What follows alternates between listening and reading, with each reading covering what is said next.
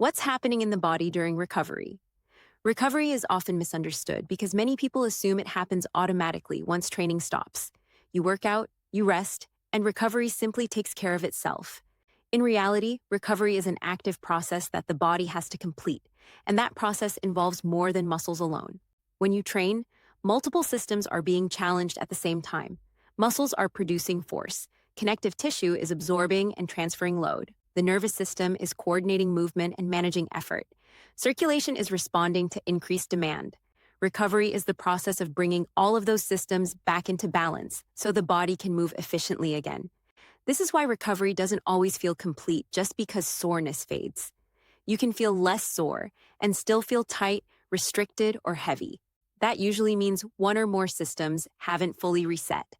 Muscles are often blamed when the body feels tight or stiff, but muscles don't operate in isolation. They rely on the surrounding connective tissue to move freely. They rely on circulation to support normal tissue behavior.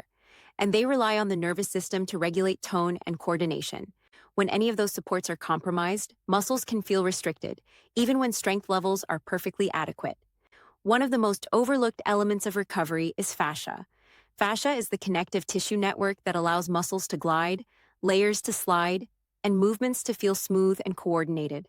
When fascia is healthy, movement feels fluid and efficient.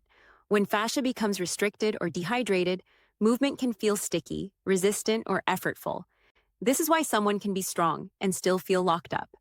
Strength and movement quality are not the same thing. You can generate force and still lack ease.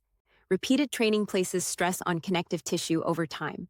High-volume workouts, repetitive movement patterns, limited movement variety, and short recovery windows can all affect how well fascia glides. This doesn't always show up as pain. More often, it shows up as reduced range of motion, increased effort during movement, longer warm-ups, or a constant sense of tightness that never fully goes away. Stretching is often the first tool people reach for when they feel tight. Stretching can be helpful, but stretching alone doesn't always restore tissue glide. If fascia is restricted, stretching can feel like pulling against resistance rather than creating ease. That's why some people stretch every day and still feel tight. Recovery needs to address tissue quality, not just tissue length. Circulation also plays a major role in recovery. Training increases demand on tissues, and with that demand comes increased fluid movement. If circulation doesn't normalize efficiently after training, tissues can feel heavy, dense, or sluggish. This heaviness is often described as feeling puffy, congested, or hard to warm up, even when soreness isn't severe. Heaviness isn't always soreness. It's often a sign that fluid movement hasn't fully settled. This can happen when training volume is high, recovery time between sessions is short, daily movement is limited, or stress levels remain elevated outside the gym. Recovery supports circulation returning to a more balanced state, so tissues feel lighter and more responsive. Another critical part of recovery is the nervous system.